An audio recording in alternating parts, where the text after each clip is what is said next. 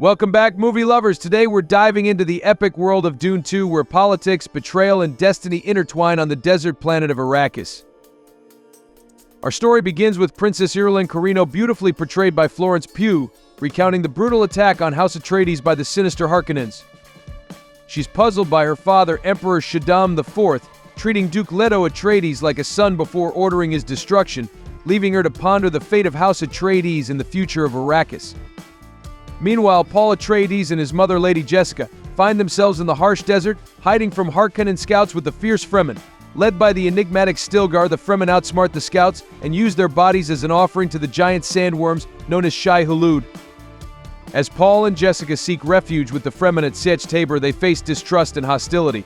Some Fremen see them as spies, while others hold Paul responsible for the death of Jameis. Stilgar must convince the Fremen Council that Paul and Jessica are allies, offering a chance for mutual benefit and survival in the unforgiving desert. In a clandestine moment, Stilgar shares a grave secret with Jessica. Their Reverend Mother is on her last breath, and he implores Jessica to step into her shoes. With a heavy heart, Jessica joins the assembly of Bene Gesserit. She's tasked with drinking the lethal water of life, a test reserved for the strongest of the sisterhood. As Jessica bravely imbibes the poisonous elixir, the room brims with tension. As the truth dawns too late, Jessica carries life within her. As the poison courses through her veins, Jessica battles against death's grip, transcending into a realm where the echoes of her ancestors await. Amidst this ethereal connection, her unborn daughter becomes a voice in her mind, a symbiotic bond forming between them. Together they vow to champion the prophecy, starting with those deemed vulnerable. Meanwhile, Paul seeks to bridge the gap with Shani, portrayed by the mesmerizing Zendaya, as she debates the validity of the prophecy with her confidant Shishakli. Their budding connection is tested when a Harkonnen scouting tank disrupts the peace, triggering a fierce confrontation. Amidst the chaos, Paul stands as Chani's protector, orchestrating a daring move to vanquish the threat. Through his actions, he earns the respect of the Fremen, who begin to see him not just as a prophesied savior, but as a comrade in arms. As dusk falls over the desert, Paul and Chani find solace in each other's company, overlooking the mesmerizing expanse of Arrakis. Amidst the swirling sands and the intoxicating scent of spice, their hearts intertwine, culminating in a tender moment sealed with a kiss, igniting a flame of romance amidst the harsh sands of destiny. As time flows like the sands of Arrakis, Paul immerses himself deeper into Fremen life, honing his skills as a warrior alongside Chani. Embraced by his new family, he adopts the moniker Muad'Dib Usul, a name honoring the resilient kangaroo mice and a legendary Fremen fighter. But as his prowess grows, so does the weight of his destiny. Haunted by visions of a bloody path southward, Paul grapples with the knowledge that his actions could spark a holy war if he embraces his role as the prophesied Lisan al-Ghaibi.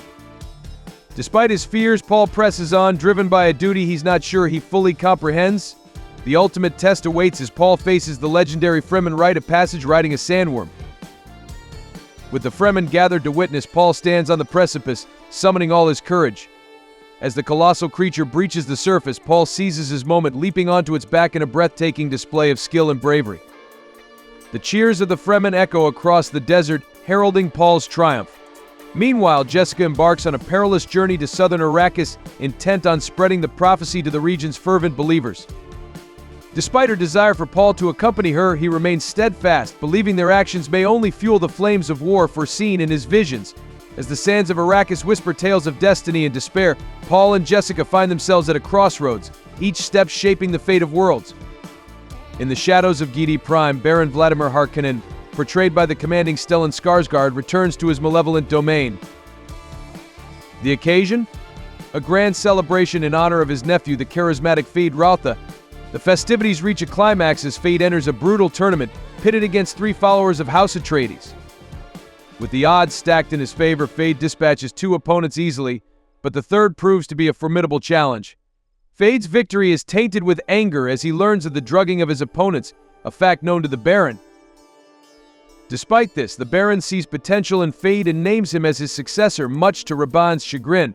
As whispers of the legendary Muad'Dib echo across Arrakis, Mohiam and Margot conspire in the shadows, discussing the possibility of Paul Atreides still being alive.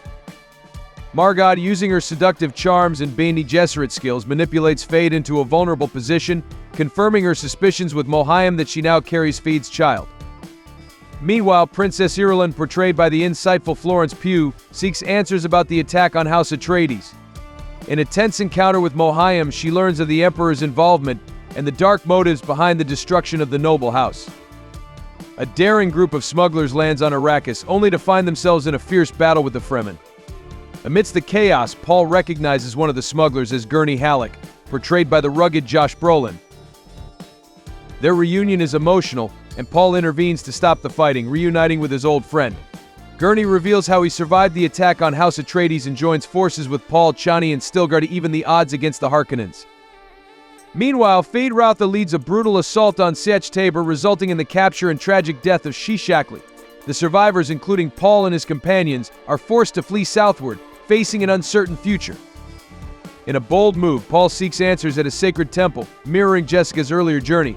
Here, he learns the true source of the water of life and undergoes a transformative experience, losing consciousness but gaining profound insights through vivid visions. With the help of Chani and the Fremen, Paul is revived with the tears of the desert spring, a powerful restorative that brings him back from the brink.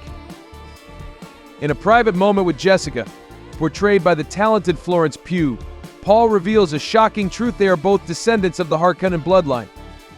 This revelation dawns upon them, marking Paul as the Kwisatz Haderach, a figure of immense power and significance in the unfolding saga of Dune. In a pivotal moment, the Fremen leaders convene at the temple to discuss Paul's role. Despite expectations for a challenge to Stilgar's leadership, Paul defies tradition and declares himself the Lisan al-Gaib, the Messiah foretold in their prophecies. Chani joins him, arguing that the prophecy has kept the Fremen in chains, leading to a transformative moment where the Fremen bow to Paul as their savior. As tensions reach a boiling point, the Harkonnens return with the Emperor and their Sardaukar forces, setting the stage for a final, epic confrontation. The Emperor, seeking to end the Harkonnens' reign, orders their defeat, leading to a fierce battle. Paul, unleashing the power of the atomic warheads, breaches Arakian's defenses, turning the tide in favor of the Fremen. In a dramatic showdown, Paul confronts Baron Harkonnen, addressing him as his grandfather before delivering a fatal blow. Meanwhile, Gurney faces off against Rabban, avenging past wrongs in a fierce duel that ends with Rabban's demise. As Paul prepares to confront the Emperor, he demands surrender in the hand of Irulan in marriage, a move that deeply wounds Chani. A final duel ensues between Paul and Feyd-Rautha, with Paul emerging victorious but sustaining a serious injury. In a surprising turn, Irulan agrees to marry Paul, leading to a poignant moment where Chani, heartbroken, walks away. As the dust settles on the battlefield, Paul's ascension to power is complete, but at a great personal cost.